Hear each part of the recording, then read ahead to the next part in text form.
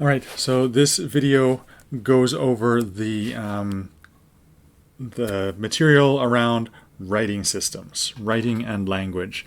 And so I'll go through, and as usual with these videos, I'm following through the learning outcomes document to sort of summarize things. So the first thing we need to do is lay out what are the main different types of writing. There's a lot of different writing systems that are used and have been used throughout history to represent languages, and so we categorize them. Now, the first technical term that you'll need to become familiar with is orthography.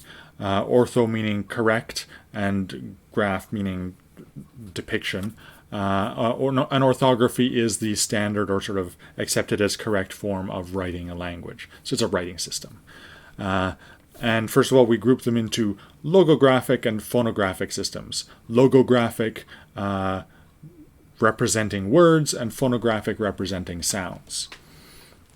So logographic systems include the early hieroglyphs, the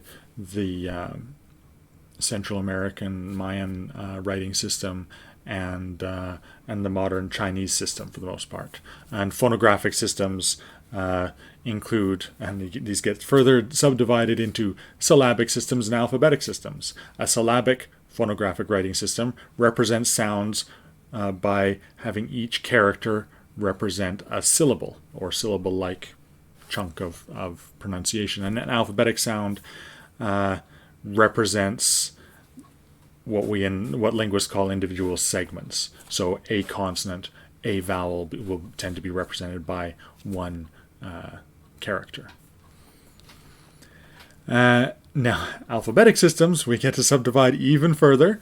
They may treat all sounds equally. So the Latin alphabet, for example, tries to represent, whether it's a consonant or a vowel, it gets a letter. Different languages vary on how systematic they are about that.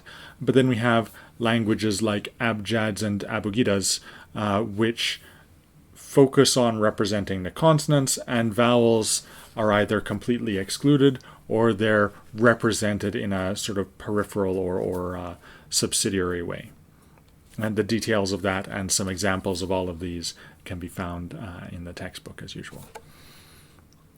Okay, now we have a general map of how we talk about these different writing systems.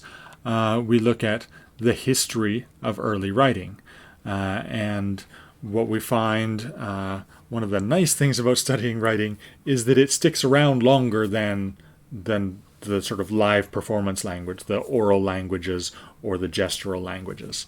So we can look through sort of a deeper timescape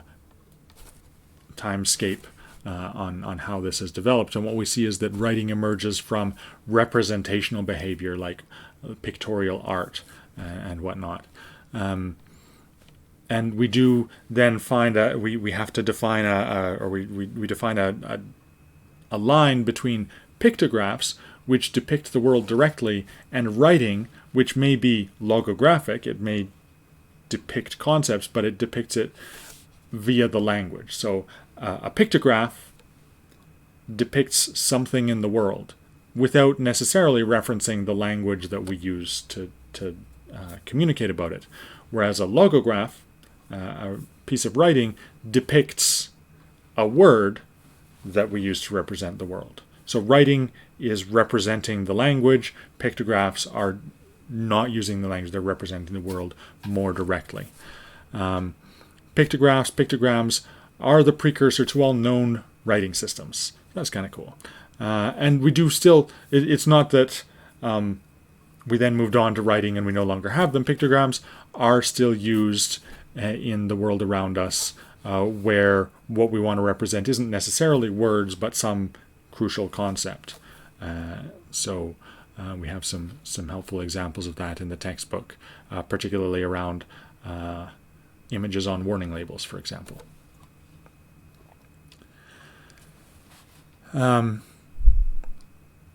So that's the early sort of the emergence of writing, and then we go through the evolution of writing.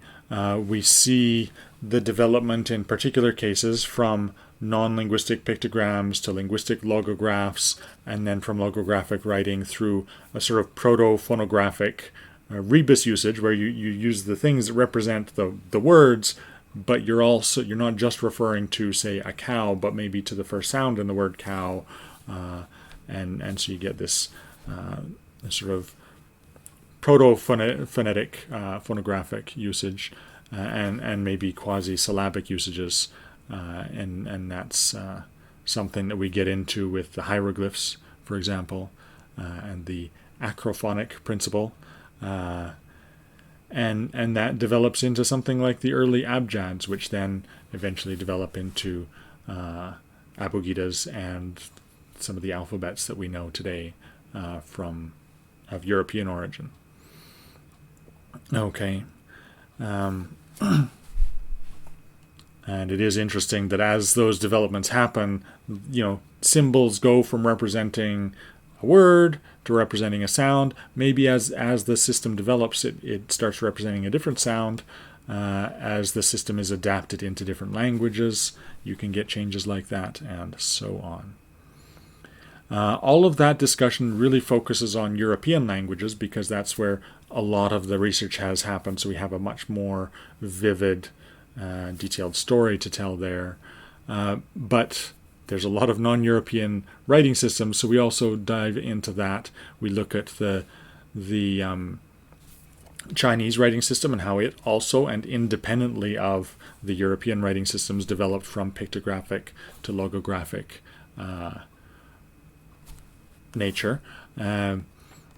We look at the Japanese writing, which has the logographic script as well as 2 syllabic scripts, and it also occasionally uses the alphabetic Latin script. So Japanese writing is this amazingly complicated combination of different types of scripts.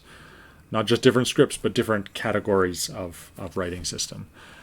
Korean is alphabetic, but the alphabetic elements are combined in a different way than you often see, and that's it has a quite unique character to it.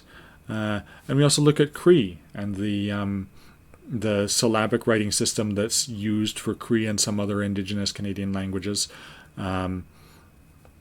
Cree is also sometimes, depending on the community and the circumstances, are written with an adapted version of the Latin alphabet.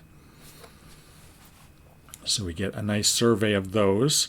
Then we get into, instead of going broader, we get narrower and just focus on English and the history of English writing.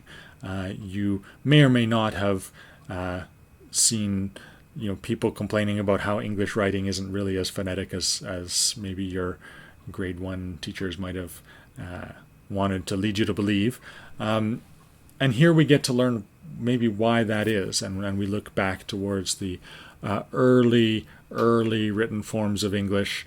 It was first written with runes, but then it used an adapted version of the Latin alphabet with some extra letters because English had more sounds, more consonant sounds, and vowel sounds than the Latin family of languages.